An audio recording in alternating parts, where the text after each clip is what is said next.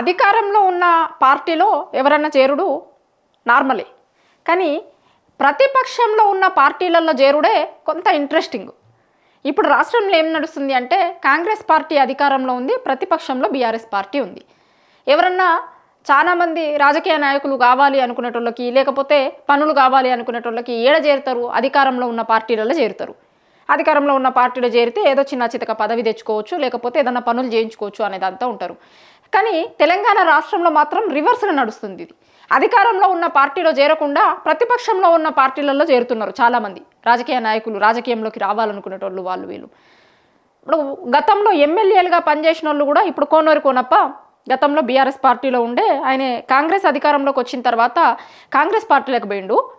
కానీ ఇప్పుడు మళ్ళీ బీఆర్ఎస్లోకి వచ్చిండు. బీఆర్ఎస్ అధికారంలో ఉన్న పార్టీ కూడా కాదు, కానీ బీఆర్ఎస్ పార్టీలోకి వచ్చిండు. అట్లనే ఆయన ఒక్కడే కాదు, ఆదిలాబాద్ జిల్లాలో చాలామంది కాంగ్రెస్ పార్టీలోకి పోయిన చాలామంది నాయకులు బీఆర్ఎస్ పార్టీలోకి వచ్చేందుకు రెడీ అవుతున్నారు అంటున్నారు.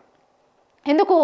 ప్రభుత్వాల మీద నమ్మకాలు లేకనా, లేకపోతే ఈ ప్రభుత్వం ఆల్రెడీ ప్రజల నమ్మకం కోల్పోయింది, ఇంకా ఏమీ లేదు, జనాలు విపరీతమైనటువంటి వ్యతిరేకత వచ్చింది జనాల దగ్గర నుంచి, జనాలు ఇంకొకసారి కాంగ్రెస్ పార్టీ ముఖం చూసేటట్టు లేరు, కాబట్టి ప్రజల ఒపీనియన్ ఎటువైపు ఉంటే అటువైపే మేము నిల్చోవాలి అనుకుంటున్నారో ఏమో తెలియదు. కానీ తెలంగాణలో మాత్రమే ఇట్లాంటి పరిస్థితి కనిపిస్తుంది. మిగతా ఎక్కడైనా సరే అధికారంలో ఉన్న పార్టీలలో చేరాలి అని ఎవరన్నా అనుకుంటారు, కానీ తెలంగాణలో మాత్రం ప్రతిపక్షంలో ఉన్నటువంటి పార్టీలో చేరి ప్రజల తరపున ప్రజల గొంతుక వినిపించాలి అనేది ఇప్పుడు ఇక్కడ ఉన్నటువంటి చాలా మంది రాజకీయ నాయకులు ఆలోచన చేస్తున్నట్లుగా కనిపిస్తుంది.